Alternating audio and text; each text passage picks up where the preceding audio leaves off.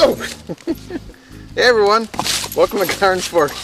This is Charlie Pup, this is Henry. Thought we'd give you a little garden tour at the end of the year here. Show you some projects we're working on. And projects we're not working on. Yeah, and stuff that didn't work this year. We have raised vegetable beds here. And parsley always grows like a weed for us. That works really well. I just threw in a bunch of herbs here that were on sale. Look at this big leaf thyme. Isn't that nice? I mean, that's a sage. Sorry. It smells like sage. You want some? No. No. The tomatoes over here, we got whacked with a blight pretty bad. We had tomatoes though. We did, but they died like that. I mean, the plants died a lot faster than they usually do. The plants were ugly, but I thought the tomatoes were fine. Yeah, but you know, blight happens, so. Not something you really want to show off. Yeah. Parsley's growing like a weed here. Does that stay around after the first frost? Or? Yeah. This stuff's really hardy. It's super healthy for you. We made a parsley pesto, which is delicious. Yeah, it was. Maybe we'll have that tonight again. We're having sausages and white beans, and we're going to make a parsley pesto to go on the white beans.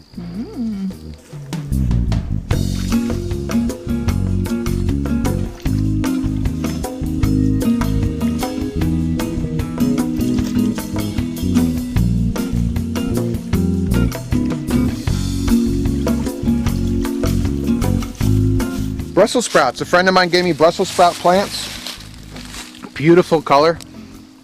I'm not a fan. But then this caterpillar came through and decimated a number of things. One of them being the Brussels sprouts. This Brussels sprout really got whacked by the caterpillar. Yes, it did.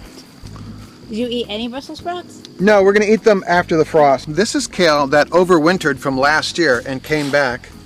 Super delicious, even better when it's cold out. But again, this got whacked by the caterpillar. It was like a late season caterpillar.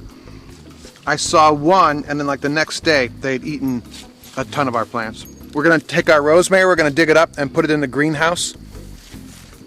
You can pot your rosemary, put it in the greenhouse or a garage or something, but you need to water it throughout the winter. You don't want it to dry out. You don't want to drown it either. But it won't freeze? Well, it will, but you want to keep it from the elements.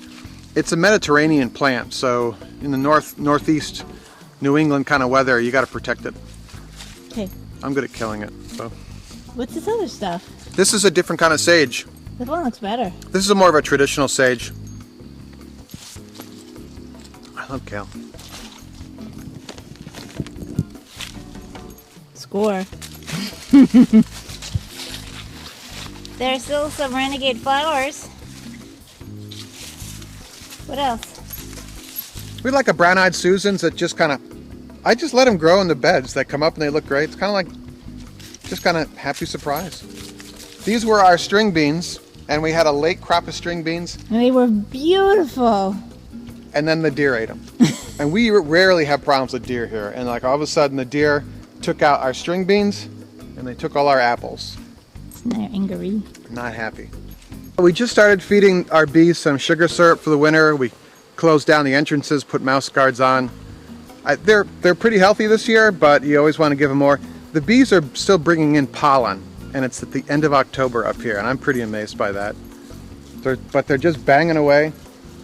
And this is the first year we put them in our yard. We used to have them in some farmers' fields, and it's really nice just having them in the yard here. You can just come out, you can do your little bee work, and you can go do something else. Sometimes we just come here and drink coffee. Surf the web. Or you just drink coffee and watch the bees. What's really cool is they were being harassed, perhaps is the word, by yellow jackets and hornets this year. And I was wondering where the nests are. We found a yellow jacket's nest, and then when all the leaves came down, we found a hornet's nest, and it's over here. Want to see it? Yeah. So we found this hornet's nest up here, it's just beautiful. And in the winter, I thought I'd take it down, but looks like a raccoon or a porcupine or a skunk or something went through the nest. This is from the nest. It smells a little sugary, but their comb is made out of kind of papery stuff. They make it. Yeah.